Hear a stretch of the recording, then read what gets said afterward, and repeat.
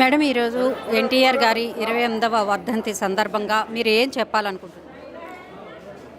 అన్న నందమూరి తారక రామారావు గారి 28వ వర్ధంతి సందర్భంగా ఇవాల్టి రోజున ఆయన చూపించినటువంటి బాటలో ఆయన ఏదైతే ఒక సేవా తత్పరతతో ముందరికెళ్లారో దాన్నే ఫాలో అవుతూ మీరు చూస్తున్నారు. ఇక్కడ ఎన్టీఆర్ ట్రస్ట్ భవన్లో ఇవాళ బ్రహ్మాండంగా ఒక మెడికల్ క్యాంపు, ఒక బ్లడ్ డొనేషన్ డ్రైవ్ ఇవన్నీ కూడా ఆర్గనైజ్ చేయడం జరిగింది.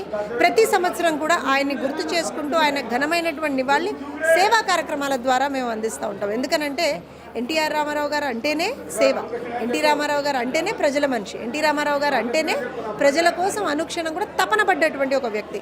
సో ఆయన్ని గుర్తు చేసుకుంటూ ప్రజల కోసమే మనం పనిచేయాలి అనేటువంటి ఒక కాన్సెప్ట్తోనే మేము వెళ్తున్నాం. అదే సిద్ధాంతాన్ని మేము ఫాలో అవుతున్నాం. అదే సిద్ధాంతాన్ని ప్రతి ఒక్క ఆయన అభిమాని ఫాలో అవుతుంటాడు. ఆయన కుమార్తెగా నారా భువనేశ్వర్ గారు ఆయన ఆశయాలు నెరవేరుస్తున్నారా? ఖచ్చితంగా. ఇవాళ అందుకనే నేను చెప్తున్నాను, ఎన్టీఆర్